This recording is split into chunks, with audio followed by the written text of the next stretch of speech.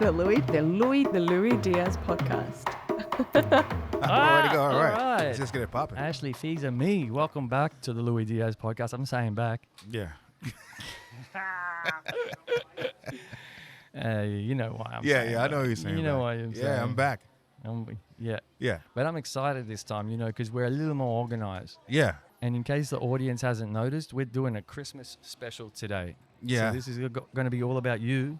Oh, is it a Chris? I thought this is how you normally dress for a podcast. Well, yeah. Did we come over dressed? I might do this from now on. Yeah, I might actually. just do 24/7, Yeah. 365. 365. You know you could do this on Halloween and get away with it because technically it's a costume. It is, isn't Yeah, it? it'd be Would the- you dress as Santa for Halloween? Yeah, you could. You could? Yeah, absolutely. Aren't It's a you gonna costume. confuse people? I think that's actually a pretty good shtick, a pretty good joke. If you just as hot, because you could do you could be anything you want to be in Halloween, and if you That's you true. dress up as Santa, that's hilarious, and you get to save money because you get to use it a month later on or 2 months later, whatever. Really scary though, is it? What if you had in your sack like a chainsaw or something? And First of every now and all, then pulled it out. scary. Santa should be scary. You got a dude come into your house when you're asleep, down your chimney, and if that's not scary, I don't know what is. That's bro. true. That's very That's scary. true. Just the concept of an animal, of a human being coming down your chimney, and and on top of that, you're supposed to leave him cookies and milk. He's like the original home invader. He is, but he's accepted. The OG. 'Cause he's white. Oh, we got into that. You got to. White Santa, white Christmas. What's all this white shit about? That's true. What would a black Christmas look like? No gifts. No, I'm just kidding. I don't know. Yeah, I wonder what a black Christmas would look like. Just probably just no snow. Like an Australian Christmas then. Yeah, it took me time to get used to that because I'm used to being in the cold weather. Santa Claus has to come down here in a bikini down your chimney because if Santa Claus was a costume here, he'll die from heat exhaustion or some shit like that. Yeah, Santa's got to put the shorts on over Christmas time here in Australia. Yeah.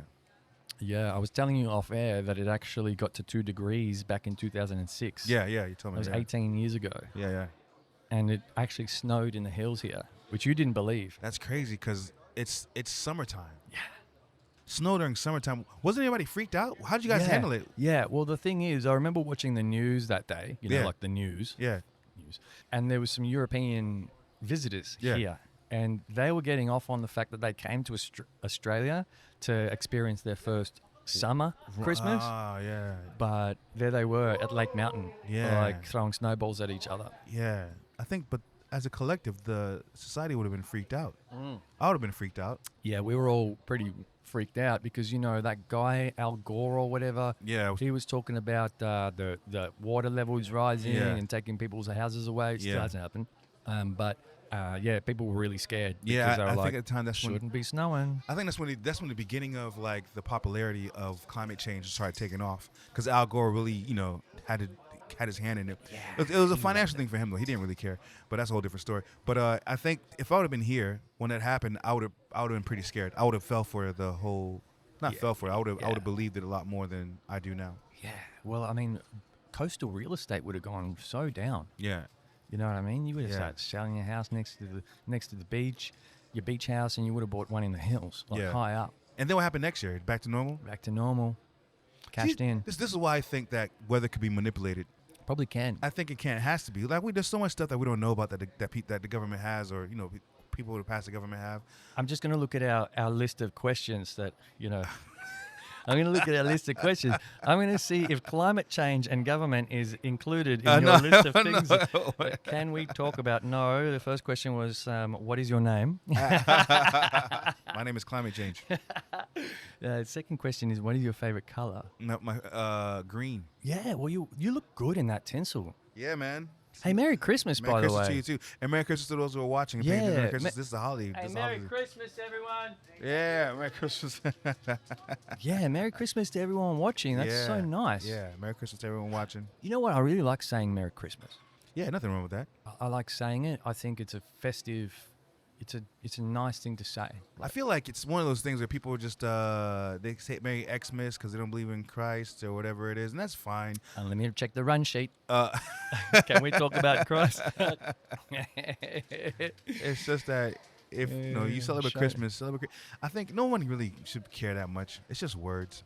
those words don't really hurt anybody. Because if I tell somebody Merry Christmas true. and they get upset, that person has a lot of more. Their problems lie deeper than. True, because the intent behind saying Merry Christmas is one of joy and gratitude. Yeah, I'm and wishing well you well. wishes. And if someone told me Happy Holidays, I'm like, oh, great. Thanks for wishing. I won't be like, oh, no, it's Merry Christmas. Like, oh, I got bigger fish to fry. Yeah. It's like... See, I love that. I've got bigger fish to fry. Yeah. I don't think people say that enough these days. I've got bigger fish to fry. You said, don't say it to a vegan. What do you mean you gotta fry fish? I meant tofu fish. Can we talk about vegans today? We can talk about them. I'm not scared of them. Here's something that you said we were allowed to talk about. Okay. It was like... we're allowed to talk about anything. We're allowed to talk about... I'm open book. You know I'm taking the piss, right? Yeah, but I don't want the people thinking I had like a... You know those interviewers who go on TV shows and like you can only ask them certain questions, like the celebrities? Kamala. Yeah, exactly. Yeah. Well, only question you could ask her is, I don't know. Something that won't confuse her, I guess. I don't know. Yeah. When did you start comedy? But I already know that. But why don't you tell us, a little bit about you, and so the audience can get to know you? Because there's going to be people watching this that know you, but some that don't. Okay, cool. Well, when I was 18 years old, I wanted to do stand-up comedy. My parents told me you can't do that in this house, so they kicked me out the house. Right? You're kidding? Yeah. What? Yeah. That's when I was 18. You can't do that in this house? Well, yeah, you have to understand. I'm a youngest of 5, and like one's a doctor, one's a preacher, one's a teacher, and one runs a family business, and I'm the youngest of 5. I'm like, I'm gonna do stand-up. Like, well, jokes? You gonna tell jokes? Not in this house. So I had to leave, but it was cool because what I did was I had a car. It's traumatic. No, not really. Not when you're 18, because I was so constricted at the house. I couldn't do anything, and when they let me go, that was like my first taste of freedom. I could do whatever I want. You gotta understand, I come from a background where I had to get permission to get the mail to go outside. You kidding? I had to get. My dad was like, if you're gonna go outside, you have to get permission to go outside to the mailbox. Is it because you grew up in a dangerous neighborhood or something? Nah, my dad was just very strict. Oh, okay. Yeah, my neighborhood wasn't that dangerous. I didn't grow up that poor. 9s and 8Ks. Nah. I didn't have that problem at all. But when I was 18, I got freedom. So what I did was I got a job, and I had a girlfriend at the time whose mom was really cool. Yeah. And she would let me sleep in front of her house in my car. Yeah. And I worked at the comedy club day and night. I worked at the comedy club telemarketing in the daytime, and I was a waiter at night. Where was this? Improv in Miami, Florida. Uh-huh. Then eventually... is that the name of the club? Yeah. Is it called Improv? Oh, yeah. Improv is like the biggest comedy club chain there is. Is it still there? Dude, it's like the biggest... It's like this. You have Emirates, and then you have Jetstar. Improv is Emirates. You know what's Jetstar? What's the Jetstar of comedy clubs? You started this, not me. I don't know. Some club in Idaho called Chuckles. I'm just making it up. Like, you know what I'm saying? The ones that like, it's kind of like here. You have the Emirates where you have the Comics Lounges, Emirates.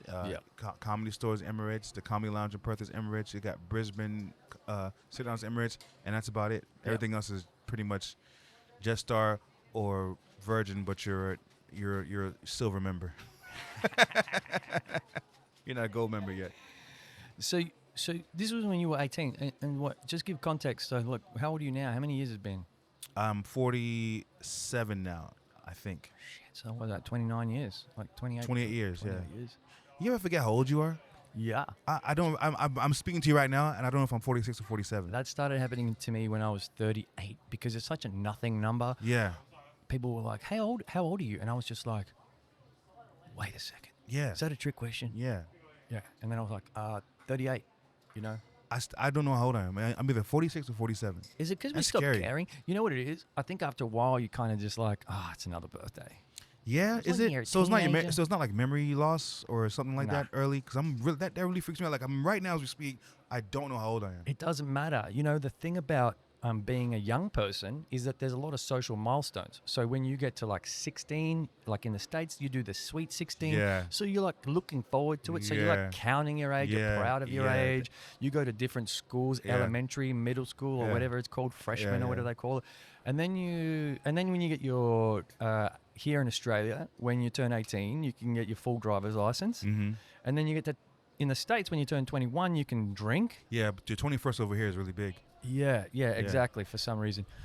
And then after that, it's like, you know, all the social milestones are over. Yeah, I think after 30, but then you have every 50th or 30th or 50th, 30th. Yeah. Yeah. So I think 40th, I had my 40th this year. Yeah. And so I was like, oh, I'm turning 40 this year. I know that. Okay. But like until I get to 50, I'll probably lose count. Yeah, same here. 40 I've lost count. And I'm glad I'm not the only one because it actually freaks me out. Like, how old? Born in 1978, I would be 78. 46. You're a 70s kid. Yeah, 78. No, 78 is kind of like teetering on 80. Nearly 80s. 80s. Yeah.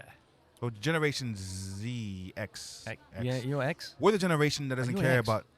We're the ones that we don't care about. We don't like. You know how millennials came out and then they were like mad at baby boomers, and we're the ones who are like, we don't give a shit about none of this nonsense. Yeah, same. We didn't fall for that nonsense. So yeah. Same. I think we were talking about this last time. I think we were talking about like, that's right. That's right. We were like, Gen X.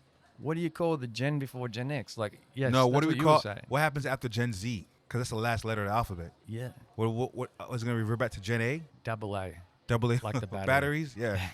The battery generation. Probably because people are like, Generation Duracell? you know, people wearing those Apple Watches. Yeah. And if you've ever read Sapiens, have you ever read Sapiens? What is Sapiens? Sapiens is the history of a brief history of humankind written by this PhD historian, Noah Yuval Harari. He's a controversial figure.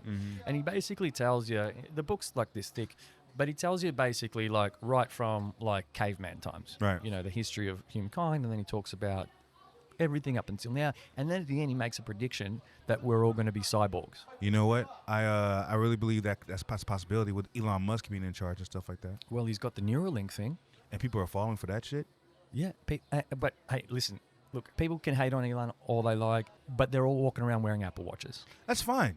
That's fine. I'm not hating on Elon. I'm hating there's certain aspects that takes it too far. Like Apple Watch. Yeah. Is literally reading your pulse and sending your health data back to Silicon Valley company. And that's fine. I just don't want anything in my brain. Hey, shout out to my listeners on Apple Podcasts. Yeah. Yeah, true. Sponsor this dude. But the thing about the Neuralink, I mean, the intention behind it was to give people that have neurologically lost use of limbs because their nerves have been severed or whatever, to be able to re-spark those neurons or nerves again. That's great. I feel like... And then it's going to get taken advantage of. Everything that's mechanic has the it's a possibility that it can fail. You know what I'm saying? Yeah. And then what happens when it fails? Like, you know, like... What do? You fucking restart it. You short circuit. Off and on again. Off and on again. Wait 10 seconds. Yeah. Turn it on. What doesn't work? You know what I'm saying? They're going to get a tradie to come in and fix your head. And they take forever to come anyway, so you're not... a Sparky. Or whoever is involved with electronics. Technician, 2 days. Like computer geeks come in and fix your head. He'll be over at your place sometime between Sunday and Friday. Just wait. Yeah, but you won't be able to hear it because your brain's not functioning. Like, what? Yeah, so it's like, you know... Oh, shit. Let me fix the sign. You know... We haven't been very Christmassy yet, you know. Apart from saying Merry Christmas, I wanted to ask you... We are very Christmassy, right? The way we look is Christmassy. We do. We look Christmassy. But I wanted to ask you as well, and I want you to come back to that story, but I want to ask you, like, do you have any sort of favorite Christmas memories or traditions that you do in your family, or, like, you know, even recently, currently, something you do? You love to do? When I was a kid, we bring out the tree. Yeah. And I don't know why we never had presents, but we brought the tree out. We had presents, but we didn't put them on it. Oh, yeah, we kind of did. Under the tree? No? Yeah, huh? Like, I think the tradition is to stick them under the tree, right? Yeah, so you put them under the tree. I've always wanted to have lights, but my dad was like, no. And I was like, oh, come on. Our neighbors had lights, but he was like, no. I guess maybe, in hindsight, maybe it was an electrical bill thing. He didn't want to pay the bills. Maybe. Yeah, but I've always wanted to have lights. And I think I just bought a house, so it's like I think I'm gonna put some lights in my house. When you steal some for the neighbors, because they have cameras, and plus they all recognize their own lights. Whenever I walk by, that's a camera. We have cameras too. You just bought a house. Congratulations. Oh, thank you. Yeah. But didn't you say you were a Gen X? So you should have bought a house back Gen X and for $10,000 at some point, right? No, that's baby boomers. Oh, that's boomers. Sorry, I'm getting all my gens mixed up. Boomers, yeah. Oh shit! I've never seen a man freak out over a fly like that before. Oh. We're trying to say I'm black. I'm saying flies on my face, huh? Hey, was that on the run sheet? Yeah. Well, are we allowed to talk about that? Are we allowed to talk about color? Let me just consult the sheet. Oh, shit. What else did we say here? Yes, that's right. You were telling a story, and then you ended up at improv.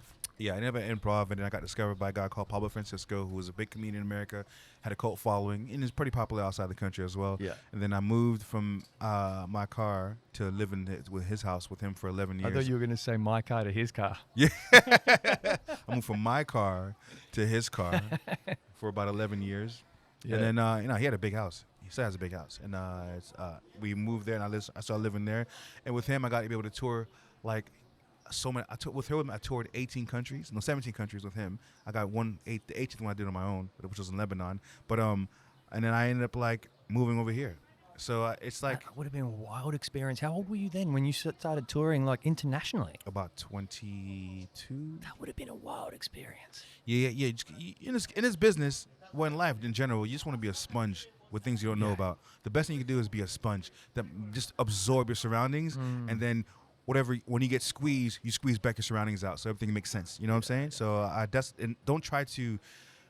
Whenever I go into a new territory or something new, I don't try to act like I know what I'm doing. I become a student again, or I'm blissfully ignorant because I'm learning so much stuff. And then after I figured it out, then I can excrete the proper ooze that assimilates with my surroundings. Your brain, I like that. Like your brain is kind of like a sponge, like you said, and then what it does is it puts its own spin on some things. It sticks other things like the way they're supposed to be, and then it discards the rest that doesn't feel like is necessary. Yeah, exactly. But you gotta be willing to be okay with being vulnerable again. Learning part. I think sometimes when people know so much, they go into territories that's unfamiliar to them, and they have that same I know it all attitude, and that's what it becomes their demise or downfall. You gotta be willing to be a great leader. You have to know how to follow, and sometimes you gotta stop being a leader and then learn how to follow, and then become a leader again. So it's like that's what I did when I was touring. I had to unlearn everything that I learned about this particular place, and then relearn, and then and that's how you become smarter. It's just learning. You gotta be willing to be educated, even though you're already educated on other things. Nobody knows everything, so you gotta be okay. Your ego. You have to let go of your ego. I always say this: your ego is not your amigo. You know what I'm saying? I like that. It's not your friend. A little bit of bilingual rhyming there. See. Did you ever think about getting into rap music or something, like with those rhymes? Nah. Ego, not your amigo. Yeah, man. Nah, man. I leave that There's for one people. line. Nah, yeah. There's one line. That'd be my only album, my only song. It'd be one line. It'd be the shortest song in the world. Your ego's not your amigo. Thank you very much. Could be a Christmas song. Hey, if tequila could be a song, then it's only one word. Tequila. It's only one word. Tequila. Yeah.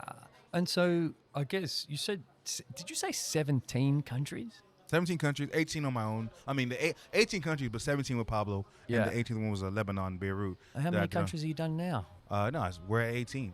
Oh, you're at 18 now. Yeah. And I want to talk about that tour.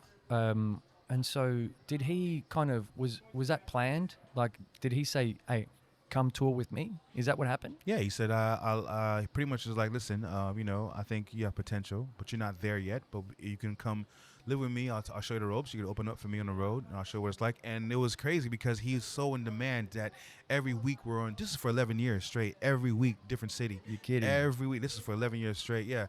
Because when you're a comedian, that's your job. Your job is to travel. It's part of the job. So it's not like a tour. Yeah. Technically, you're always on tour. Yeah. You know, like I just got back from a ship 2 days ago, and I'm leaving again on Tuesday, and then I'm away every other week. It's part of the job. You have to travel. What are you doing on the ship? Comedy. Hopefully, I always like getting nervous on the way coming back to see if they let me back on land. I carry my passport even on domestic cruises just to make sure, hey, I'm an Australian citizen too. Yeah, those comedy cruises, man. You know, I didn't know that comedians were doing that until I started interviewing comedians just recently. Yeah.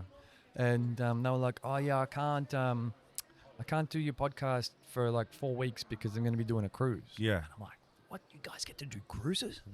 Here's the thing. You get paid? It sounds great, right? Like we go to Fiji, we go to like sounds amazing. It sounds, see, on the surface. Oh, bro. When I tell people, be careful because there's some people listening to this right now that are working some shit jobs. Yes, but that's the difference between a job and a career, I guess. Yeah. But because you're by yourself the whole time. You're by yourself the whole time. Really? They keep you in isolation? It feels like it. But I appreciate it because it's a great way to pay my bills. It's also a great way. See, there's this conception that, not conception, there's this thing where people think that comedians that do cruise ships is the end of their career. And I get what they're saying to an extent.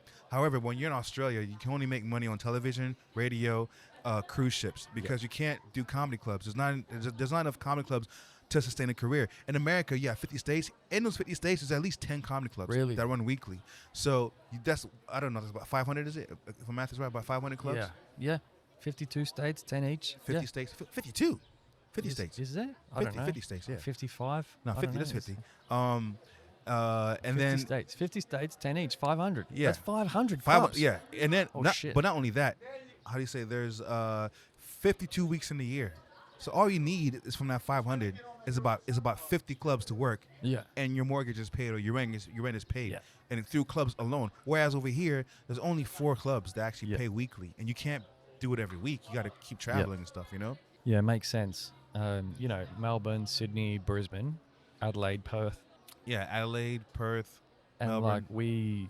And Melbourne's got the Comics Lounge and then a bunch of smaller rooms, I suppose. Yeah, we got Comics Lounge, which is the number 1 club in Australia. It was actually number 7 in the world. Yeah. They did Did they? Yeah, this was like back in 2000 and something, and Comics Lounge came up as number 7 in the world. Comics Lounge is a big institution, man. They do very well. They're very organized, but a lot of clubs are organized. But because that's my home club, I guess I'm kind of biased too because those guys have really helped me in my career. Yeah. But you've also been around a lot. Like you've had a long career and you've seen a lot of clubs. Yeah. So when you decide to adopt a club as your home club, you're not doing that just for the sake of it. You're doing it because you're proud to. It means something. Yeah. It means something. Like it says a lot about the club. Yeah. Yeah. Well, it's a proper club.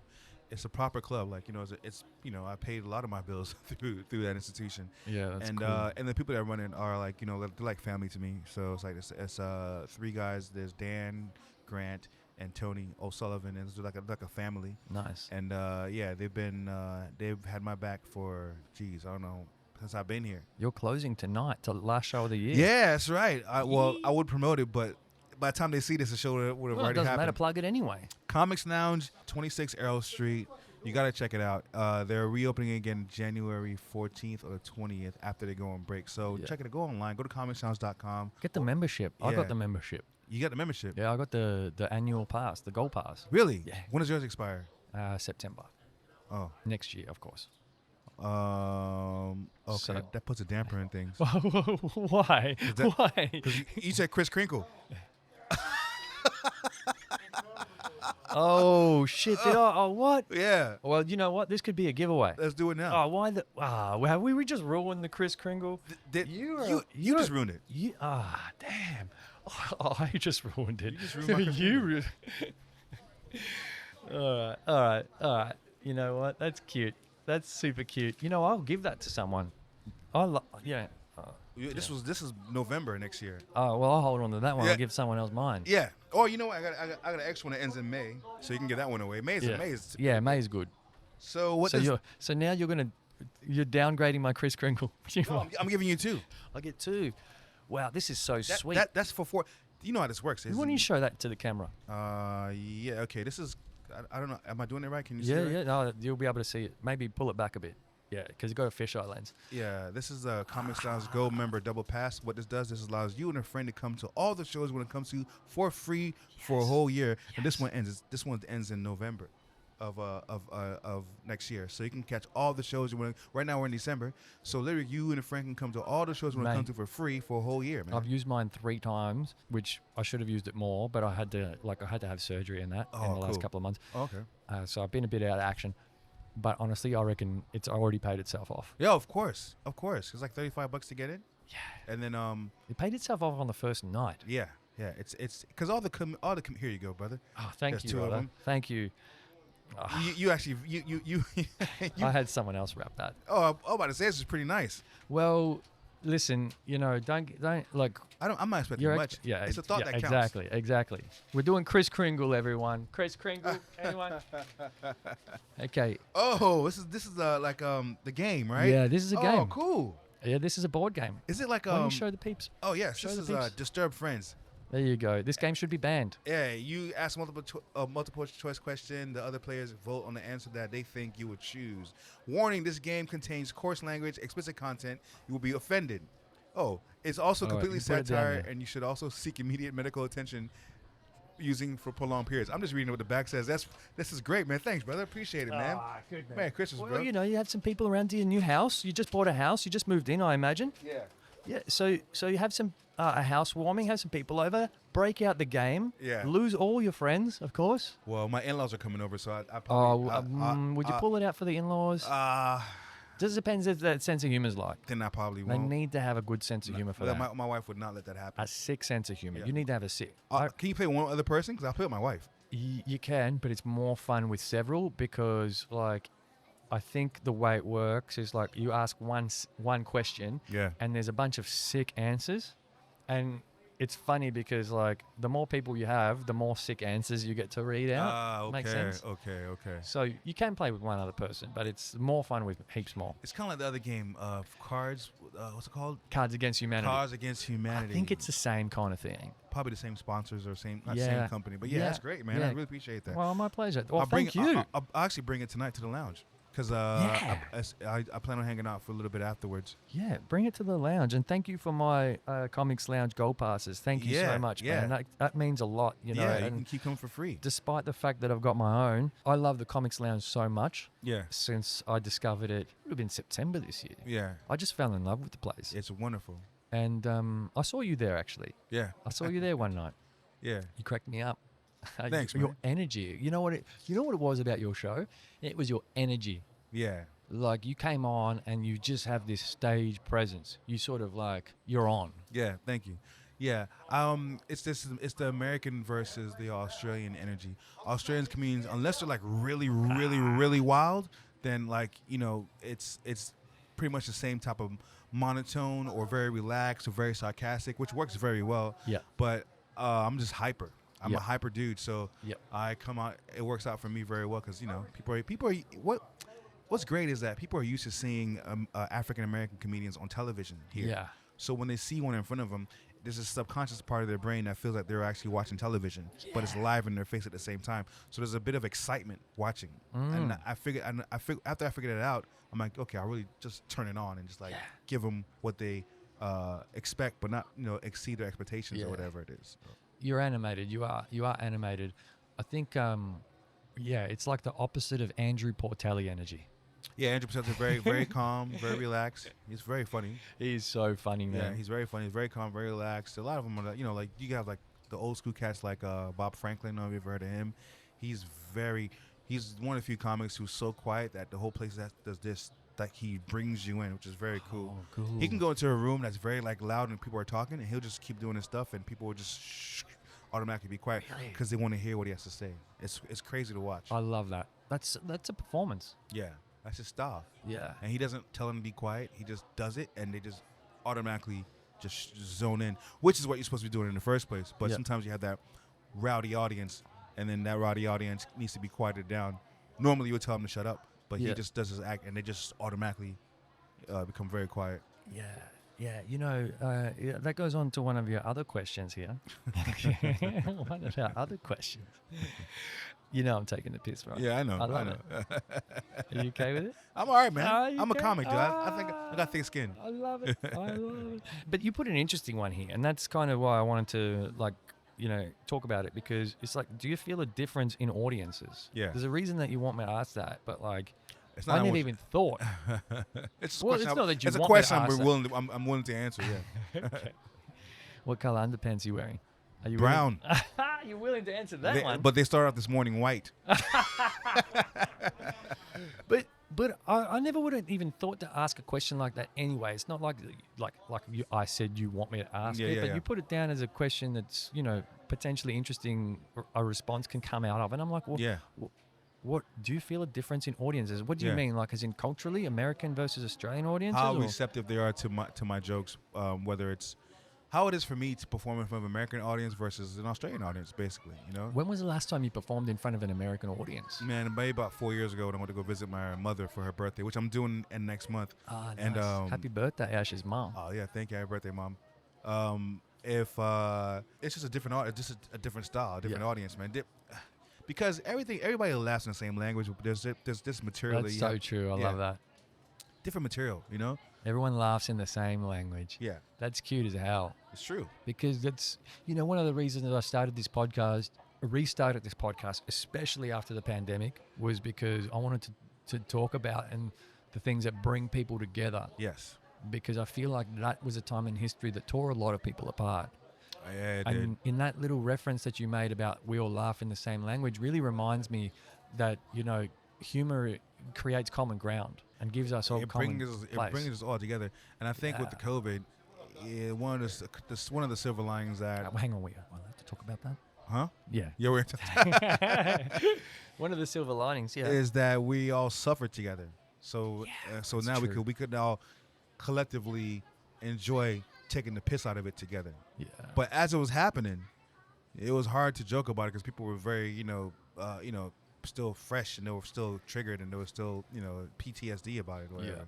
Yeah. And or not PTSD, but like as it was happening, it was very rough. Because I had some jokes that I did right at the close of I'll just say close of COVID. Right when the world opened back up, I started doing these COVID jokes and the crowd was like, ooh. Too soon? Yeah. Is that what they were saying? That was the vibe. Looking at the camera? No. I was looking at them. No, the vibe said the vibe was like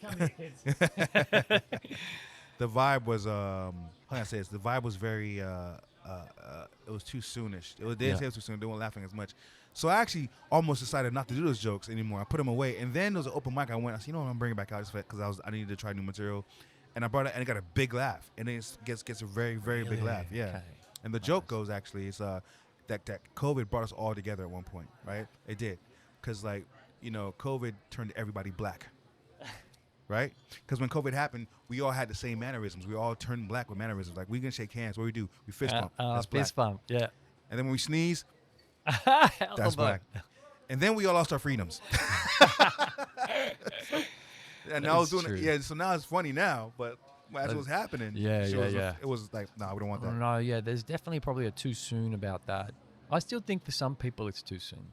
Nah, man, we're over it, man. Yeah, we over it. We're over it. Are you sure? I know because I do that joke in settings where it shouldn't work, but it does. It works very well. In hospitals. To the point, no, I do it at cemeteries. How do you die? Okay, cut the COVID. Check this joke out. Fist bump. Hey, turn everybody black. Fist bump. Lots of freedoms. No, not here. Okay, cool. That'd be a good show, a funeral. That'd be difficult. That's not a bad idea though. But Jesus Christ, call it "Laugh Till You Cry" or "Dying of Laughter." One of the things that I really love about like that Southern African American culture, like that New Orleans culture, is like I think once I saw this video of like a funeral procession, and they're playing the most glorious, joyous music. Yeah. And they're like dancing behind the hearse. Yeah. And they're singing. Yeah. And I'm like, that's a funeral. Yeah. We know how to get down at funerals, man. Oh man, that's a funeral. That's the one you want. But have you seen this weird stuff that's been happening like past couple of years? No. They embalm the person in a certain, like, they'll put them on a motorcycle, they'll put them in a club.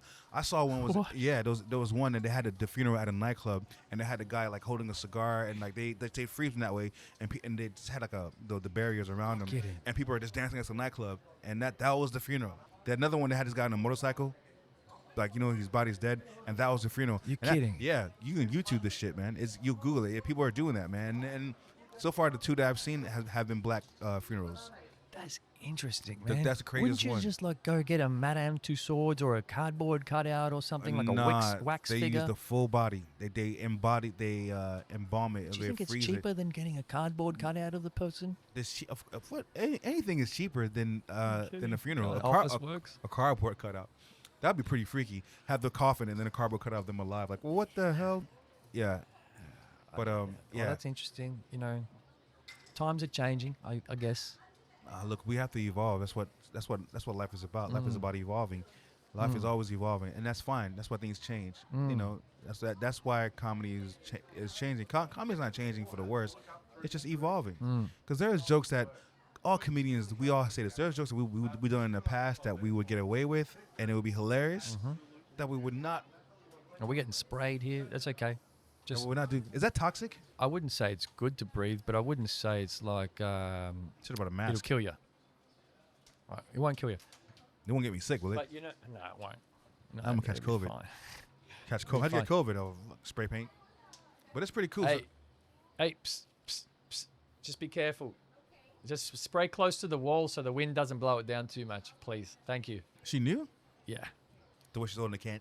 Yeah, she was holding it like a meter away. I was like, the wind's just going to blow it down. Yeah. Apologies. Anyway, I'm not telling you how to spray. Don't man spray. Mansplain and man spray. You know what's funny as well? Actually, here's another interesting question about comedy these days. You know, like woke comedy, cancel culture comedy.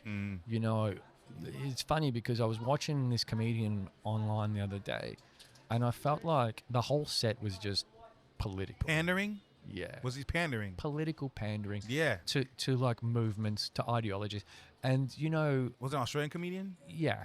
You could tell me after we. Yeah, because I don't want to throw shade on someone while we're on done. air, but I just felt like, is this funny, or are you just like, is this? Pandering. I know exactly what you're talking Are about. you just using the stage? Like, are you exploiting the stage? Like, someone gave you a stage for humor, but I feel like your humor is targeted to a very specific audience and not necessarily, you know, like witty, funny. Like, if I think back to the earliest humor I saw was Eddie Murphy, ice cream. You know, there's Yeah. no ideology there. It's funny. Yeah. Running after an ice cream Yeah. truck as a kid. Yeah. And I think there's still so much room for that kind of comedy that you can just like, that everyone can relate to. You were talking Yeah. about COVID Yeah, comedy, you know, yeah. everyone can relate to that. Yeah. Like relatable to Yeah. everyone.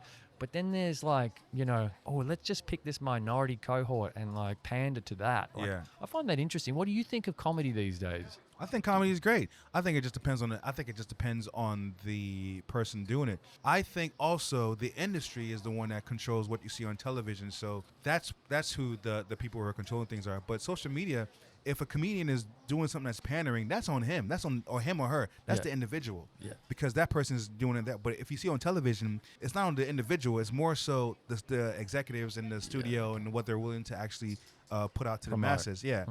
So what happens is some comedians, they see what is being tolerated on television, and they start catering it. And instead of writing what they really feel, they write what they think will get them on television. Okay. Well, there's That's- I guess that's- there's a spin-off question for you though. Like, do you ever? I mean, I guess you have aspirations to. I'm assuming to like take your career to other places and next levels and stuff. I Does feel that like include TV? if the opportunity presents itself, by all means, I'll go for it. However, I can comfortably say that I'm not concerned with television as much as I used to be, because I feel like at the end of the day, you know, you just want to pay your bills. Yeah. And are you able to pay your bills by doing something you love? Yeah. You know, I'm not able to, like, I'm not the richest person in the world, but I can afford dinner and lunch and breakfast and when mortgage Comics Lounge passes. yeah. Yeah. And to me, that's life. That's life. Because there's so many of us out there doing this, and it's like I don't have to have a 9 to 5, and that's to me, that's a win. So That is a win. A success is a person. Rub it in a little more. Oh no. You know what a success is? A successful person is a person who can get up in the morning and go to bed at night, and in between they do what they want to do. Yeah. I love that. That's a great interpretation of Yeah. it. So I'm here because of I want to. I don't have to.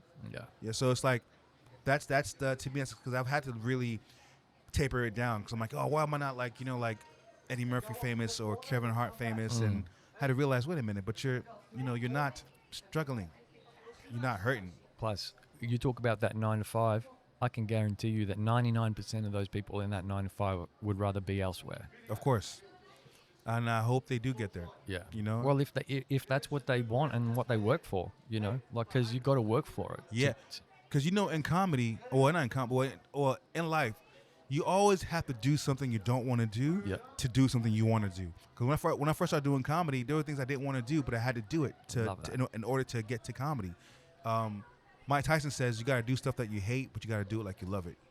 Now Mike Tyson said that. You gotta do it like you hate it, like you love it. I'm like, oh, that's pretty cool. I love that. But I love that. until Mike Tyson's so wise, hey?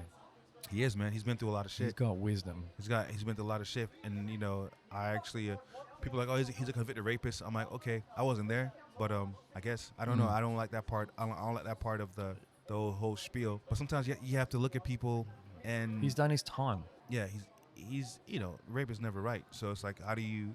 Is there a time for You that? But can't cancel someone yeah. for a mistake they made, though. It's what I'm trying to say is that there are people out there who would like say that about it, and I don't want to defend it, but I'm saying just at one point you have to just go, okay, you know what? Yeah, he fucked up, but In the 90s, he served his time. yeah, and even that was like a bit like shady how that went down as well because of so I don't even know, but it's like Bill Cosby, you know what I'm saying? Yeah. You see these people who do really fucked up things, and then you admire them at one point. It's okay to take what you admire them about that because that could benefit you, but it's also you have to be aware of that they did this fucked up shit, and you have to leave that alone. Yeah. So Yeah. it's hard to just fault somebody to love somebody who's done something so egregious. You know what I'm saying? Yeah. I don't know. Like it's just hard.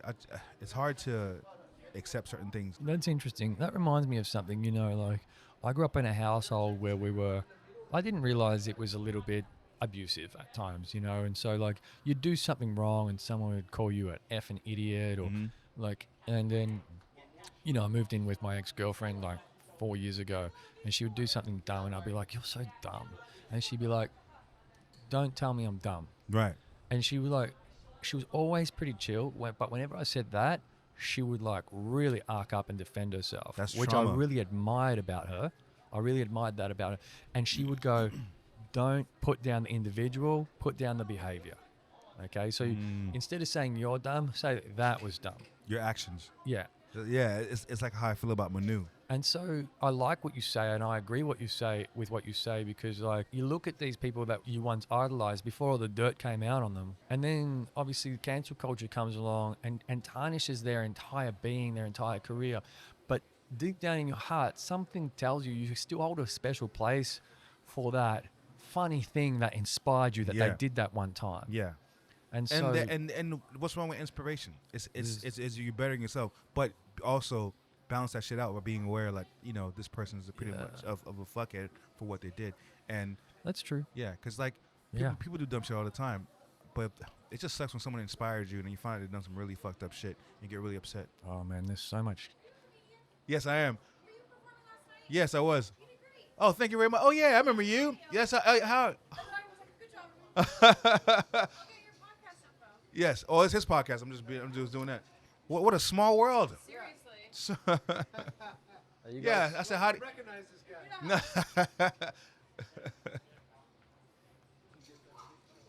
guy? Merry Christmas. Happy holidays. When you say Merry Christmas, bro, you dressed like Santa. Oh, I don't know. It's either or Merry Christmas.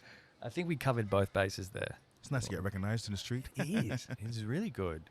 Yeah. You were having serious conversation there. Like we were talking about serious stuff, but all the time I was just thinking you look so ridiculous in that Santa hat. Do I look ridiculous? You actually look pretty cool, man. Do I? Yeah. You look cool too, but it's like when we talk about like serious stuff, it's kind of like, in the Santa hat. In the Santa hat. It actually, I feel like it'll help. Make it more palatable. You talking about something crazy. But we serious stuff happens. We talk about it, and then we don't. Yeah, the sun's gonna come in, by the way, so we might. It goes in here. It will, but not for long. Not for long. Cool. So we'll just have to manage it. But okay, cool. Where were we? I don't think we ever got to the story about, because we started telling the story about how you got into comedy. And just to recap a little bit of what you started with, it was that you grew up in a house of 5, you were the youngest, everyone seemed to have like proper jobs, quote unquote, and you were sort of outcasted because you said you wanted to do comedy. Yeah. And then you discovered the Improv Lounge or Improv, in Miami. Mm-hmm. And then you met a great comedian by the name Pablo of Francisco. And then you went traveling with Paolo. Yeah. And he showed you the ropes. Yeah. And then we got what happened between then and 2020? Yeah. I wanted to leave the tour because it was becoming to the point where people were like they associated me with the guy with Pablo. I had to create my own lane. Oh, okay. So then I came over here, and I created my own lane. Yep. That's wrapping it up in a nutshell. Yeah. Okay. That's interesting. Yeah, it was very difficult because like when I came here. That wasn't part of the question. I feel like we're getting somewhere touchy. Is No, there something? No, it's just that I had to become my own. I had to spread my own wings, so I left the tour because I tried leaving the tour, his tour two times before, and things happened where it made it very difficult for me to perform outside of touring with Really? him. Yeah, so Really? yeah, and after I became Was aware there of some that, legal stuff. nah, Oh. take care. Outside of I just had to come over here and just do my own thing. Oh, she's all right.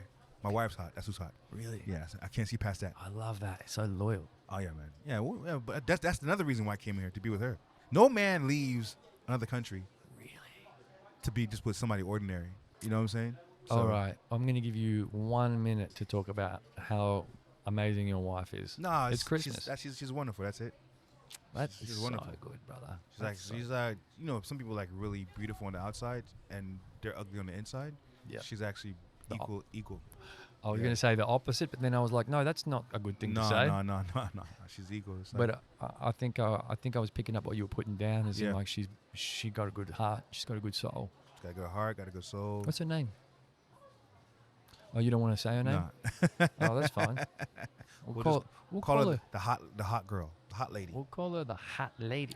Because when you live in the public eye, people like to get into your business. Oh, that's true. I mean, not that I asked for. any Oh other yeah, reason. I know that. Yeah. I just want to refer to her by her name. That's just out Yeah. of respect thing. But Yeah, I yeah. understand because you know I got 1 million subscribers on YouTube. That's We the don't thing. That's what I'm saying. I don't want the whole world to. It's good. You know, can you see that up there? The shoelace dangling from the power line. Yeah, that's commitment. Because you would have had to try so many times to get that on there, Yeah. and that deserves to be up there. There's actually some good shoes up there. I wonder if we can get down. There's a really nice pair of Vans up there. They look like work shoes, man. Work shoes scare me because work shoes equals work, and I'm not down with that shit. Oh, yeah. That's why I got into comedy, so I don't have to work. Yeah, and so tell me a little bit more about that then. How long was it before your comedy career was sustaining your life? I started at 18, and I became touring popular around 23, and that's when I didn't have a job again. 23? So 23 is when I became You're professional. 47. Yeah, I haven't had a job. Bro. I haven't had a job since. That's half your life. You've been Yeah. a professional comedian. Yeah. Congratulations, Thank you. I haven't thought about that, but man. that's pretty cool. Yeah, that is pretty cool.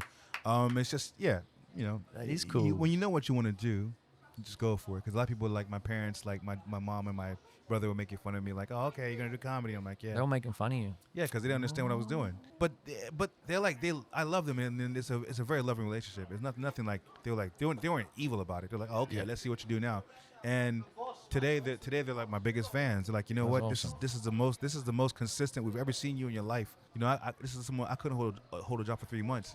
Here I am having a career that's strong, that's ongoing for 28 years. That's special, man. It'll be 29 in a couple of months, actually. That's really special. And you know what? I think sometimes, and I was talking about this with Dan Brader, a Kiwi comedian. I know Right? Dan very well. Yeah, and we were talking about the concept of bullying and how, like, that concept of bullying, sometimes I was like, sometimes it's needed in society, you know, like, it kind of just, like, it has the energy, Yeah. you know, it's not rooted from a place of kindness, it's rooted from a place of, like, wanting to put someone else down. But what can happen in the psyche of the individual receiving that sort of bullying is it can spur them on to do some of the greatest things ever. And I think Yes. in this context, it sounds like, you know, obviously they were making fun of you a little bit, but you were so committed to it Yeah. that it didn't repel you from trying to chase your No, dreams. Not at all. It didn't probably add any extra weight. Like, I got to prove them wrong. No, I didn't care about that either. Because there are some people where they're like, I got to prove them wrong, and then they succeed, and then they sort of use that sort of fuck you energy forever after that. But I feel like in your case, there's a certain kind of resilience and commitment that is developed in you when you've got people that are so close to you that sort of, you know, are taking the piss a little bit. Yeah. And, you know, some people might buckle under that Yeah. and just go and get a real job, quote unquote. I just didn't care. But you just didn't care. No, I And just I didn't care. love that. I didn't care because I knew. You're with yourself 24 hours a day. I always say this: if someone criticizes you and you let that and you take that on, you gotta think about this. how often is that person thinking about you? When someone criticizes you, you go, hey, man, do you think about me 24 hours a day, every day of your life? No. You only think about me for this one quick second where you do something, where you say something bad about me. Now I take that in, and you go and live your wonderful life. Now I'm absorbing that shit for someone who hasn't thought about you for even a millisecond. And that's the equivalent of somebody taking a shit in front of you, and you taking it and you eating it and you ingesting it. So it's like, what is the point of letting people who criticize you have any effect on you? You know what I'm saying? Unless they're with you 24 hours. So, which means that's the question. I'm with myself 24 hours a day, so I know exactly what I know. I feel something. I know what I could do, and I was right. That's a good. Do you want a ladder? That's a good point, Ash. You're with yourself 24 hours a day. Yeah, I'll grab a lighter. Why would you let somebody who doesn't think about you more than 5 minutes have so much power over you with their words and criticism? Because they can't unless they know you very well. But even then, like the way they went at me, it wasn't malicious. It was just like, it was like, he wants to be a comedian. Let's see him joke around with comedy. And how are you with your family at the moment? Oh, we're very close. I'm actually going to see my mom in the end of Jan. There's a lot of action going on He's here. the general around here, man. You know, I don't want to glaze over the fact that I love that you said they're like your biggest fans now. They are. I love that. They're huge. They're my biggest supporters. I'm the youngest of 5 kids, so it's like I've always gotten away with stuff. So to me, I think that's what it was. I think the ability and the conditioning of getting away with stuff a lot. That's what played into me not caring, because I'll get away with this too. And it turns out I got away with it, but in a way where I conquered whatever obstacle they're giving me. So they never told me not to do it. They just said, are you sure this is what you want to do? And okay, we'll see you in about 2 months when you quit. And but they did say you can't live in this house doing that shit. Yeah, I got a similar sort of thing. You know, I guess Mum just wanted the best for us, right? But I was doing an electrical apprenticeship, and really early on, I was like, I'm smarter than this. I can do better than this. Yeah. You know, I can aim higher than this. Yeah. Not to put anyone down as an electrician, because they're laughing all the way to the bank these days. The sparkers are making money. Yeah. But I just felt like there was a talent, innate, that I needed to figure out how I could explore and exploit in order to make my life really give it like that rich kind of essence or flavor that I felt like I had the potential of. And one day I sort of walked in the house and said, I want to quit my apprenticeship and go to art school, and basically not in this house. Yeah, man. The word art is like AIDS to parents. They'd rather you have AIDS than deal with art. Are we going to keep that bit in? I'm just saying that's extreme. That's how extreme it is. You keep that in. They rather use. They don't want to hear because to them art is so. That's funny. Dan Brader was saying a similar story. His dad's like, yeah. It's hard. Like you see parents that support their kids in comedy make it very well. They go very far. Like Eddie Murphy was supported by his mother. Eddie Murphy used to have on fake mustaches and go to comedy clubs, and from what I understand, he wore fake mustaches. Yeah, so he can be. He started when he was like 13. That guy was a genius, man. The same thing with Dave Chappelle. Dave Chappelle, his mom would drive him from like she would have a long day at work, and she would drive him to the comedy clubs when he was like 16 or something like that, and wait for him in a car or something like that while he wouldn't perform. And look where he is today. He had the support of his mother. I feel like if I had a child and my child wanted to do comedy, I would have to make certain that they're doing it not because I'm doing it. They do it because they want to do it. I don't want to, and I have no problem with nepotism, but I just feel like you need to have a passion for this because it's not easy. It's a rough ride. I saw an article the other day that I sort of glazed past, and it was a story of, like, it must have been an Instagram post or something. And it was a story of, I was waving at them like they were my fans, but they're actually yours. That's fine. It's cool. It's fine. They're going to follow your page. Great. Because of you. Thanks to you. Yeah, well, thanks. It's going to be a ripper episode. I hope so. The Christmas special of the Lui Diaz Podcast. That's right. Ho, ho, ho. And Merry Christmas and Happy Holidays. That's going to be the soundbite. It was a story of Michael Jordan's son who made it to the NBA, talking about how hard it was to, live up to the name. Did he make it to NBA? I think so. Or like maybe G League or something. Oh, that same thing with LeBron's son. Yeah, well, Bronny. Bronny. Ooh. But Bronny made it to NBA as well. That's a tough story. He's Yeah. in G League at the moment. But he's making his own way. Yeah, that's I don't really get involved in other people's Yeah, same. lives to criticize them. I'm not, and this isn't to throw shade on anyone. I'm just more talking about that point I feel like around how challenging it is to follow in your parents' footsteps when they've been really good at something. yeah. Are you doing it because you can? Is easy, or are you doing it because look at Are you passionate about it? look at Kim Kardashian's child, whatever. West, North. North. I think yeah. And she's Kanye West's child too. Yeah.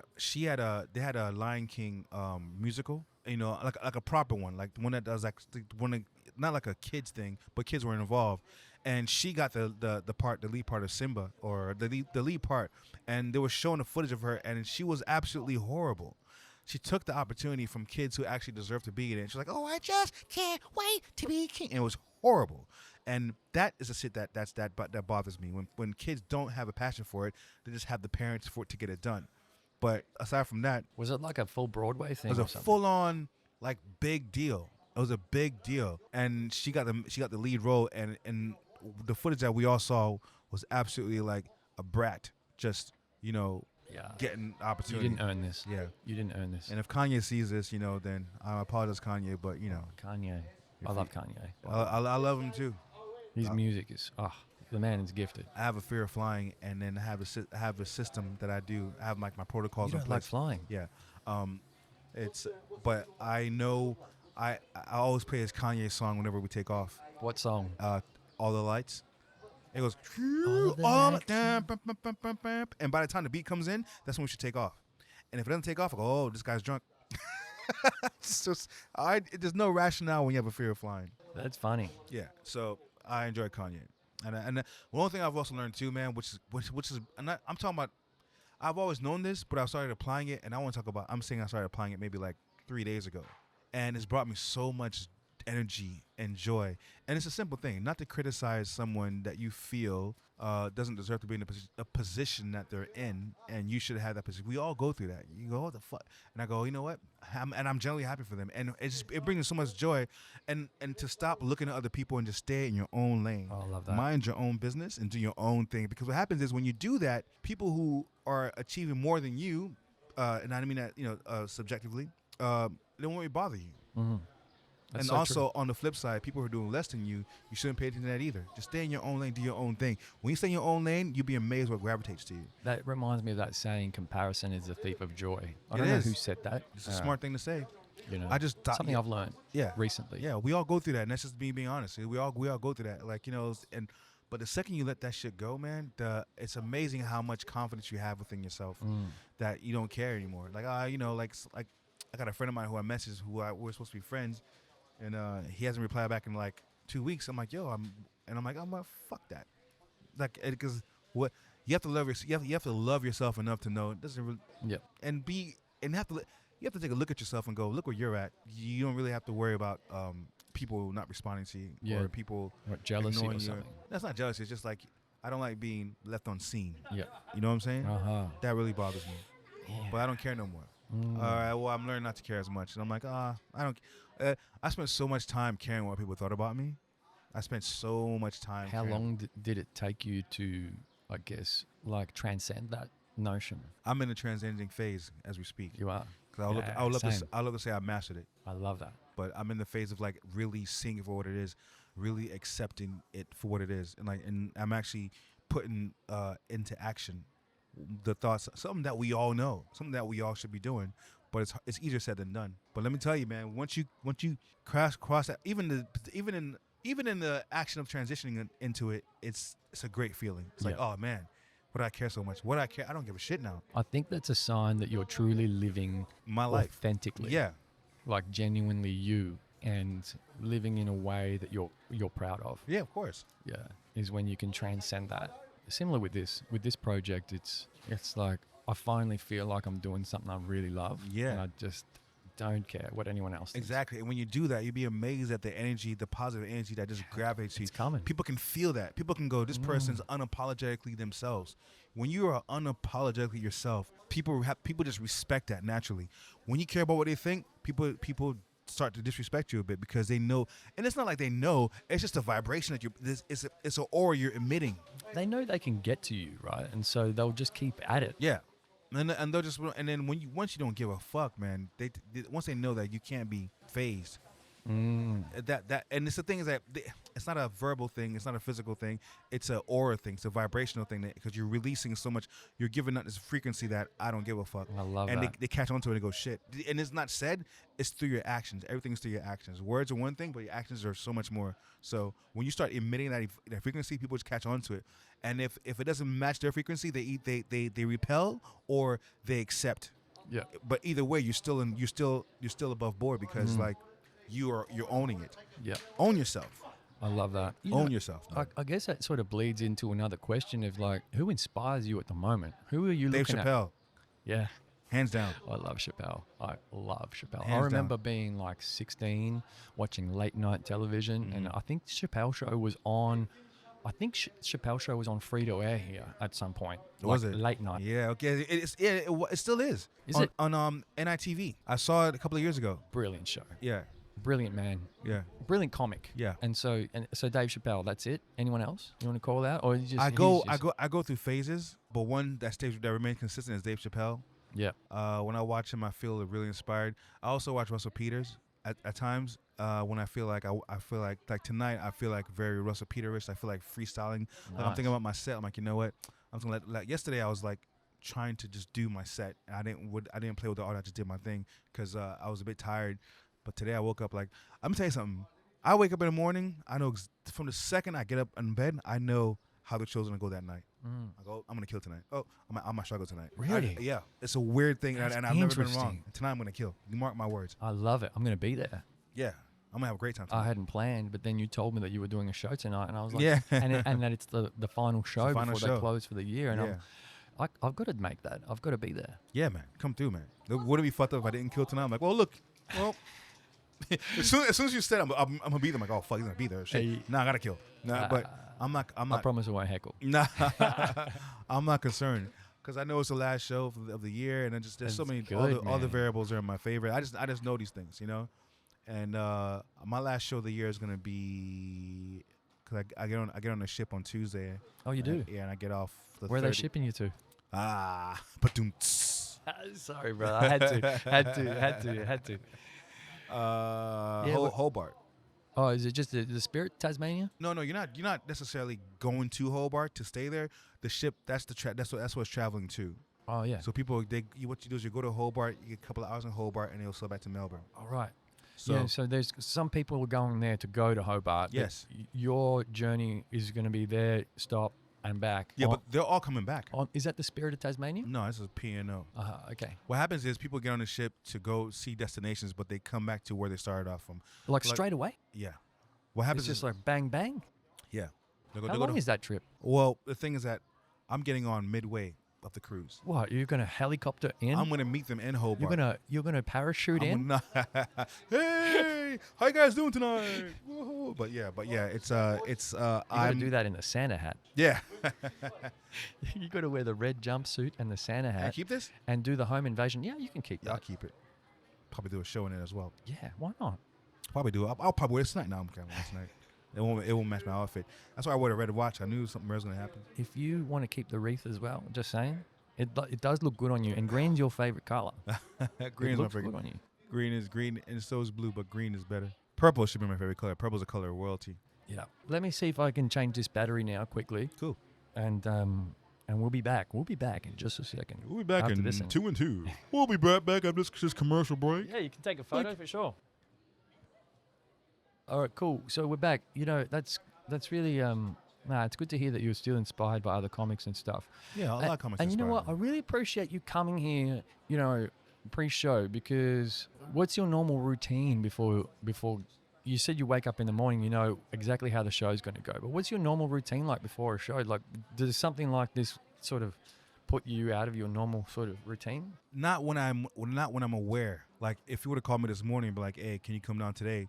It throws everything off. But because I know I have this today, so I move according to what my plans are. But I haven't been home for a full day since I haven't been home for a full week since we moved in, and it's been like going on 2 months, and that's great because that means you're working. But I just want to I think Sunday I'm probably just gonna, because we usually go have dinner at my wife's family's house, but I think I'm just gonna just take that day to be just to myself. Yeah, nice. I just need that to just dedicate to myself, because Monday I'm away. I got a show Monday night.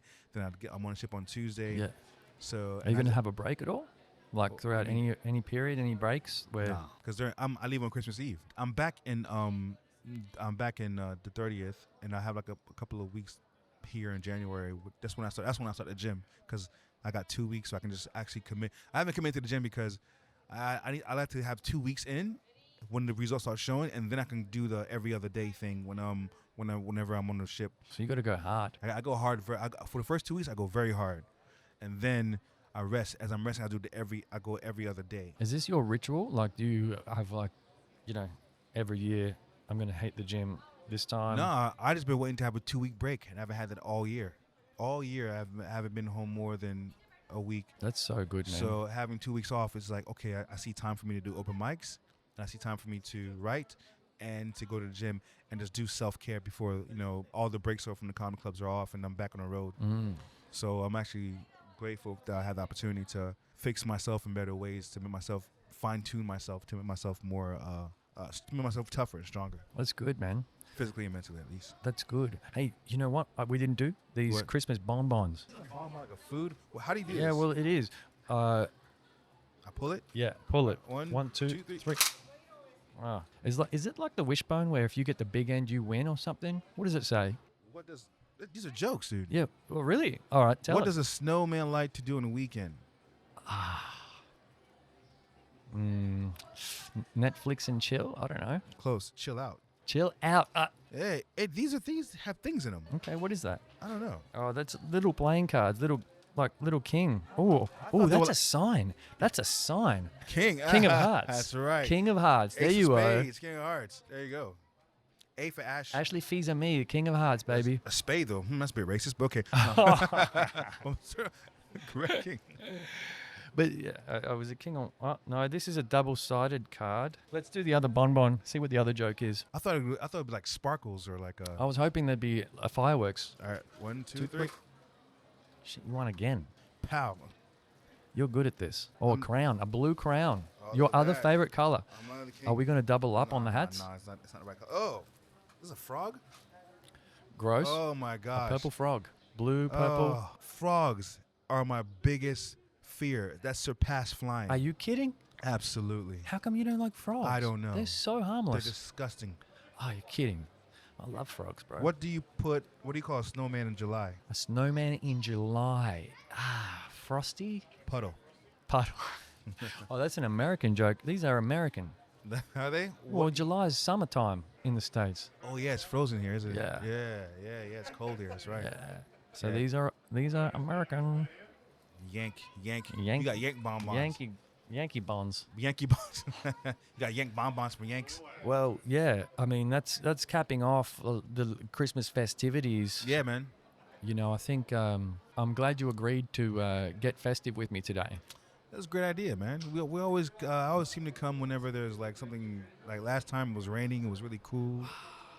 I'm disappointed we're not going to release that We episode. can't release that episode. No, we can't. Yeah. It just can't. well, you know, Not people weren't gonna want to see it. So you know what? Maybe we might. If we can get 1 million followers or 1 million views on this, we'll release the other episode. and I love that. Thank you. The challenge is on, and you know what? We'll release it on Patreon or something. So people have to pay. Yeah, exactly. There you go. It'll be locked. It'll be behind a paywall, people. I'm sorry, 100 million views or 100 million likes. And you need 100 million subscribers, and we'll release that episode. Okay, challenge is on. I'm gonna hold on to that file for the next 20 years. It might take less than 20 years, though. How old were you? You'll be 67. I'll be 60. Or 66. I still don't know how old I am. 66. Okay. I'll be, yeah. And so, like, do you have any summer things where you go away somewhere special? Like, What where's do you your mean? favorite place in Australia to go and visit? Darwin, probably. Really? I've never been to Darwin.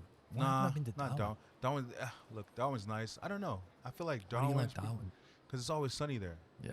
And it's just always, because I don't really go places to Australia just to visit. I go there for work. Yeah. If it's for work, I'll say Melbourne, Sydney, all of them. Have you always lived in Melbourne since you've Yeah, been to yeah. Australia? Yeah, Melbourne's. And Melbourne's is it because your wife was from here, right? Yeah. So you chased her to Melbourne. I chased her. I chased after her when she was in Melbourne. Yeah. Where did you guys meet? She was a fan of mine. Right around. I was performing at the Forum around the corner. Really? Yeah, and I was on stage performing, and she was in the front row. You're kidding. Yeah, so I'm like, oh, I took a picture of the Forum. I sent it to her. Look where we are. And she was a fan, and she goes, hey, I'll take a picture with you. I'm like, yeah, no problem. Took a picture with her, and That's audacious. and now we're married. Currently, we're married. It's crazy because we have the first time we ever met and first time we ever touched because I had my arm around her. Yeah. On not footage, but on Yeah, that's on your the thing. first meeting's been captured. First time, yeah, the first time within seconds. It's the first time we meet, and I don't even remember taking a picture with her. I took a lot of pictures. Yeah. So because I remember she sent me a message, and I was like, hey, listen, she was like, nice meeting you. I go, yeah, nice meeting you too. Then I went to her profile, and I said, hey, you want to come over? She's like, no, I don't do that. I'm like, okay, cool.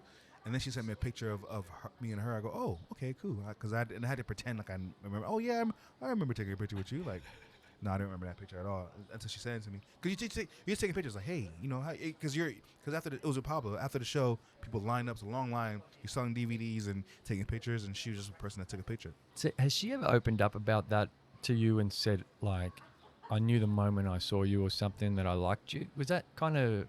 I'm being like I'm a hopeless romantic, by the way. I think the thing is that you know what? I love those romance stories. it's she said something along those lines. She's like, yeah, I could tell that you were very real and this and that. Like, but you got to remember You're when performing, when though. you're on stage, of course people are gonna feel that way because you're performing to them. So Yeah. it didn't really. When she said that, I'm like, everybody says that. It's not like it's something that like it's like groundbreaking because people are supposed to feel Attracted to you. a connection. Well, not attracted, but yeah, a connection. yeah, Attraction, but not in a sexual way. Like Yeah, attraction yeah, to yeah. you because I you're know on what you stage, you're performing, they like what you're doing. So to me, it just sounds like it's like any other punter would say. Yeah. It's just me convincing her to date me was like that was. You still had to be on your game. Yeah, I mean, she knew eventually what was happening because I kept really calling her and I kept talking to her and I kept going out of my way to show her, and even I let her know this is what's happening. I'm gonna come back. I'm gonna marry you. I told Did her you like say that? before I left. You kidding? Yeah. I'm going to come back and I'm going to marry you. Yep. Whoa. That is special. Yep. And that's what happened. That's special. You getting cold? No, I'm trying to not get sunburnt. I forgot you're not like me. Yeah. How did you forget that? Look at me. I've been sitting in front of you the whole time. Half your body's gonna be black. Well, I got this leg. Look at that. Shit. Can you show it to the camera or no? You don't think you can see it?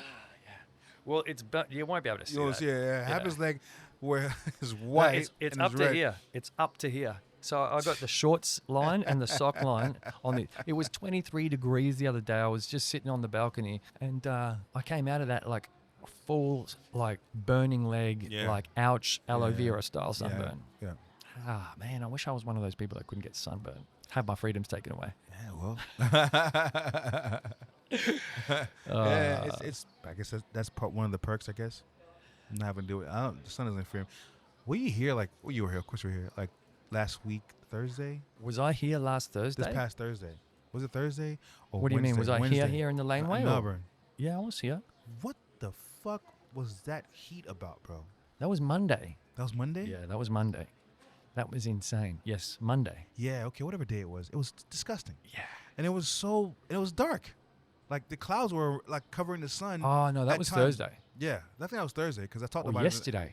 No, Yesterday. No, it wasn't yesterday. Ah. This was like because I was before I came back because I left on Tuesday. So you're right, it is Monday. No, it was Wednesday. yeah. It was Tuesday. It does I matter. left Wednesday. Whatever day it was considered one of the most hottest days in Melbourne, and it was absolutely thick with like heat. Oh yeah. And what was crazy about it was where I live in, it was shoved. It was the clouds were covering the actual. So when you look outside, like, oh, it can't be that hot, and you go there, whoa! It felt like the sun was burning you, but you couldn't see the sun at times. It was just. Oh, so you feel the burn too? I feel the burn, but to me, it's like like hot air. For you guys, it's like fire. I could withstand hot air, like okay, but you guys actually. For us white boys. It's hard, man. It's hard, man. It's hard. It's like I feel bad. Actually, My dad has a nickname in he's Venezuelan and he's Spanish. He has a nickname that was given to him because he burns. really, Yeah. what's his nickname? His nickname's Manzanita, which means little apple, which basically they've called him Little Apple because in the sun he goes red, but is like red on the outside but white on the inside. Yeah. Yeah, I asked him what his nickname meant, and he told me, and we just pissed ourselves. That's funny. Yeah, it's funny. That's now it makes sense. He lives in Venezuela on the beach. Oh, so he's used to it. Yeah. He's little appling everywhere. In the Well, street. he's 72, so I think he's learned how to manage it now. And you're his seed. I Apple am. seeds. Okay. Apple seed. Hey, There you go. Never stop. You're always on. Always telling jokes. Oh well. I like recording in this laneway, man. It's fun. It's pretty cool. Oh wow, they actually did. Wow, I wasn't paying attention to what they were doing. Yeah, but they did a lot of work. Look how great that looks. Yeah. Smile for the picture. You've been doing this smile for the picture for 26 years or 29 years, I suppose. 28, yeah. You're used to being in front of crowds and the camera and stuff. It's Yeah. not special to you anymore. It's not that special. It doesn't faze me. But I know what's on the other side, so I act according to. Uh-huh. Because like you take a picture, like you gotta make certain. My trick is when I take a picture, I laugh. Cause that way you always I go. Exactly. Is it a So- fake laugh like that? No, like a manufactured laugh? It's manufactured, but it's not loud. It's not like. It's more like It's not like like that. And then you snap the picture, you always got me smiling. Cause like holding a smile for a while people are trying to figure out the camera, you're like, ugh, you know what I'm saying? But if you laugh, it's a consistent smile. hopefully they take a few snaps and they get that right one, that right. You can't go wrong when you laugh during camera. Well, yeah. What other questions did we have? I don't know if I had any other questions in the sanitized version that you sent me of that list. I don't know what you're talking about. I have no idea what you're talking about. I didn't send anything. My people did. Yeah. My people did. My people were like, hey, send this. That's funny. That's funny. No, I appreciate you coming back and doing this with me. You know, like I enjoyed our first chat, but I've enjoyed this one even more. Yeah, I'm going to say that. I'm fully aware of what I'm saying. Yeah. I'm like, oh, this is going to go out in the ether now. Yeah. Yeah. You know, people are watching. People watch this on TV. I got a stat on my YouTube that 1% of people that watch this podcast watch it on a TV. They do? On like a big screen TV. How do you know that? I don't know. I just imagine it being a big screen. Well, TVs aren't small these days. Yeah, they're not. You They're kidding? not. And you could Those Chromecast smart it. TVs. Chromecast it, yeah. Exactly. Those smart TVs are like 55 inches or Yeah, whatever. you hit Netflix or you hit YouTube or you hit whatever. They have like a Disney. They got all these buttons. You just hit it and it's on there. Actually, now that you mention Netflix, you know, that's an interesting question for you because, you know, comedy's changed so much in the last 30 years that you've been doing it. And Netflix is ruining it. But go ahead. You think? Yeah. Yeah. Tell me about that. Because I don't know. They're giving specials to people who aren't really. Special? They're giving a lot of specials to a lot of comedians that actually do deserve it. And this is just me being biased. There's some comments I'm like, what the fuck is that about? Do you think because I have this opinion that all ships rise with the tide, right? Mm-hmm. And so, yes, I can imagine that there are some people getting specials that maybe you could have given it to someone else. But don't you think that overall it's good for the industry that there's a spotlight on comedy and that spotlight is on such a enormous platform? No. Okay. Because you give it to a bunch of shit, people aren't going to support their art in real life. Yeah, okay. It's just like the Melbourne International Comedy Festival. There's a lot of people who are not comedians, but because the festival is generous enough to allow them to perform there. Yeah. Here's the thing: people can go see a comedy show that's never been to a comedy show, and then see a shit act, Yeah. and they'll never see comedy again. Yeah. And I imagine if that was to happen for a majority of people who watch comedy, Yeah. then these comedy clubs wouldn't survive. They go, I'm not gonna go to a comedy club. I saw comedy and it sucks. Yeah. So you want to have people. That's why whenever I see a comedian that's doing great, I'm like grateful because that person is actually helping the business. They're making me look good. They're funny as shit. They're making me look good. People will come see comedy because they know this is what we can get when we go to a comedy club. Now, if you have comedians who are shit, who are not ready, and they're being propelled to a level of of notoriety too soon, people watch that and they go, I'm not gonna go watch comedy live because what I've seen on television and shit. So there's a balance to it. Yeah. You gotta have a balance to it. You gotta give opportunities to the right people so more opportunities can come for the industry. That's what YouTube's for, though. Yeah, that's what social media is for in general. Yeah, social media. So that's why I don't the television thing doesn't really matter anymore. Yeah. Because people are not watching television the way they're watching social media. As a matter of fact, they're getting people who are on social media to go on television because they know that draws. So now it's a free for all. We can do whatever we want now. We don't need television That's true. to be big. What a special time to be alive. Yeah. We don't need television for anything. We can control our own narrative now. That's the Yeah. power of social. That's the power of social media. Yeah. You know what I'm saying? You can do this and get the same amount of eyeballs that you probably get more eyeballs than you do on television. Crazy. Yeah. So and the people are always on their phone. No one's like on their phone watching television stations. They, You have to be at home to watch TV. they're coming for you, brother. Shit. You know, it's cool is that the sun's coming in. It's probably messing with the footage, and it's your tinsel's glistening, man. Is it messing with the footage? Maybe. Probably a little Should I take bit. it off? No. It's cool. Leave it on. Doesn't matter. Like there'll be a little bit of lens flare or whatever on there, but yeah, your tinsel's glistening. You know, so as you're talking, it's like you're being blessed by the right. Christmas gods. That's right. Ash the Comic 1 Instagram. Follow me on Ash the Comic 1 Instagram. Yeah. Yeah. Ash the Comic 1. Yeah, the one with the blue tick, because there's two. I have two impersonators. You do? Yeah. That's when you know you've made it. That's a compliment. It is. I don't have that many followers, so like, okay. You just don't want them stealing your identity in real life and stuff. No, I have a contingency plan, but I also have. Do they look like you? They have my picture. Oh, they took your pictures. Yeah, you know how people you take got a picture. no idea if they actually look like you, like doppelgangers. Nah, they don't look like me because they actually use my picture as and they say, hey, they're the comedian. But you know, it's well, I guess it's So, Matt, how do you know that was a fan of yours before? Oh, because they saw you at the show last night and not a fan of the fake Ash. No, they saw my show. I saw my show. I think I Imagine- remember them as well. Do you do much crowd work? Yeah, Are you a big crowd work guy, or is like I'm not- how much I'm- of it is part of your show? it doesn't. It depends. Yeah. I'm open to it. Put that. I don't rely on it. I'm open to it. What do you have to? What has to stand out to you? Like an example of what might have to stand out to you before you do like some crowd work.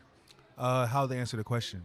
Well, like no, before you even spot someone in the crowd, like is there something about? I don't like, initiate it. You don't? Look, sometimes like I'll ask a question to the audience member because it's part of the joke. Okay. But then sometimes that answer, because and 9 times out of 10 they answer a certain way, and then I can complete the joke. Yeah. However, sometimes they'll answer in a way where like, okay, you know what? Before I complete the joke, let's play around. Yep. But I'm not actively Matt Rifing it. You know what I'm saying? I'm not actively trying to find people to do crowd work and to rely on that shit. Yeah. I think it's just like gotten to the point where it's almost like it's been saturated with crowd. People just doing crowd work. And sometimes it's funny, and then sometimes it's forced. And when it's forced, it looks like, oh, you know, just don't. Why even put this out? You're forcing this out because you have to, because you know, you got to feed the machine. Yeah. You got to feed the algorithm. So now you go from putting quality out to putting shit out because you got to feed the algorithm, and that's fine because the next one could be quality. Yeah. But it's just like when it's forced, I'm like, oh, why, dude? Or why, lady? Yeah, I've seen some crowd work before that I'm like, It's forced. And sometimes the person could be fucking initiating it, and they could be very mean about it too. Yeah. Like the person, like sometimes you go against the heckler or the person that too hard, and it's like you're doing it because you know it could be crowd work, and it's just, and as a not a consumer, as a colleague or someone who watches comedy, I know what they're doing. I know when they're doing it because it's sincere, and I know when they're doing it because they need the footage to put on their socials.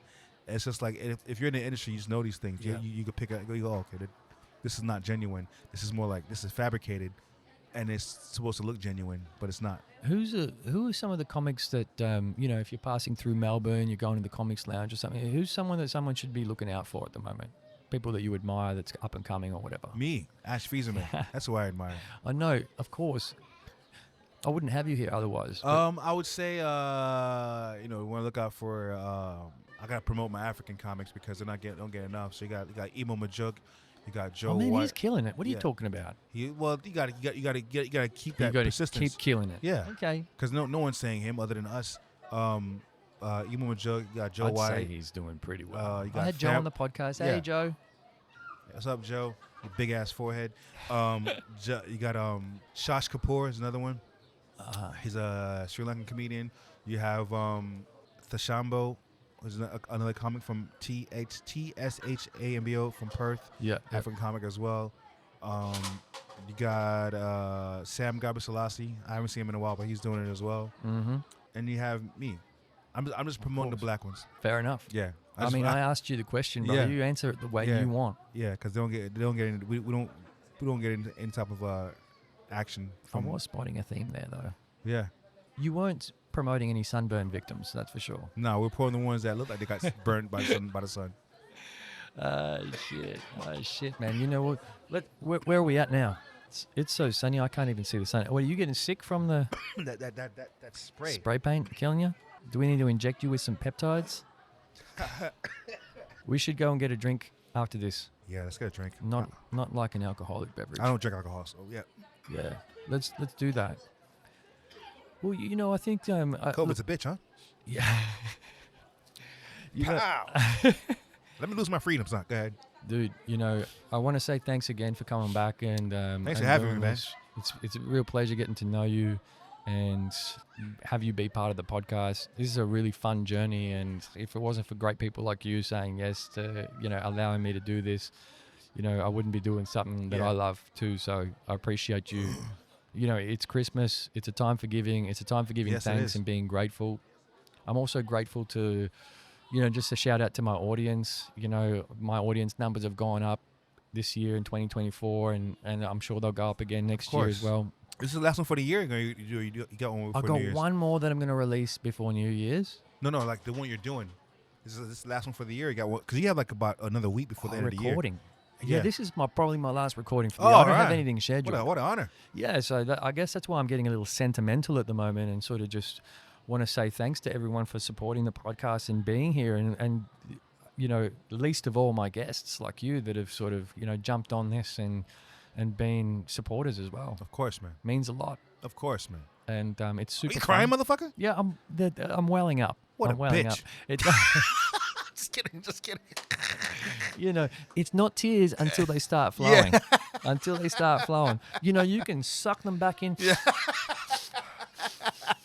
The tear ducts, you know, you can suck in the tear ducts. Have you ever heard Can of you? people injecting shit into their tear ducts? Heroin and stuff? I've heard of that. What a wild That's turn. what. Yeah, that's so true. That's so true. You went from I'm just being sentimental That's to so hey man, how many people true. putting heroin in the That's eyeballs? true. Hey, but you called me a pussy for fucking just crying. No, I said a bitch. Actually, Fils-Amie, you're a legend, man. Thanks, For man. being here. Thanks for having me, It's man. been awesome to have you. I had a great time. Let's pack this up and go and get a drink and yeah. Non-alcoholic beverage. Non-alcoholic, everyone. Be safe this Christmas, yeah? Everyone be safe this Christmas. safe, Make sure man. you make it home to your families, wherever you go. Yeah, don't drink and drive. Pull over and take sips. That's the most important thing. Ashley Fils-Amie, thank you so much. It's been a pleasure. Over and out. Peace. Woo! Yeah! Let's clap it out. Love you, brother. Oh, you too, man. That was great. That was fun. Louis. That was fun, man. Word up.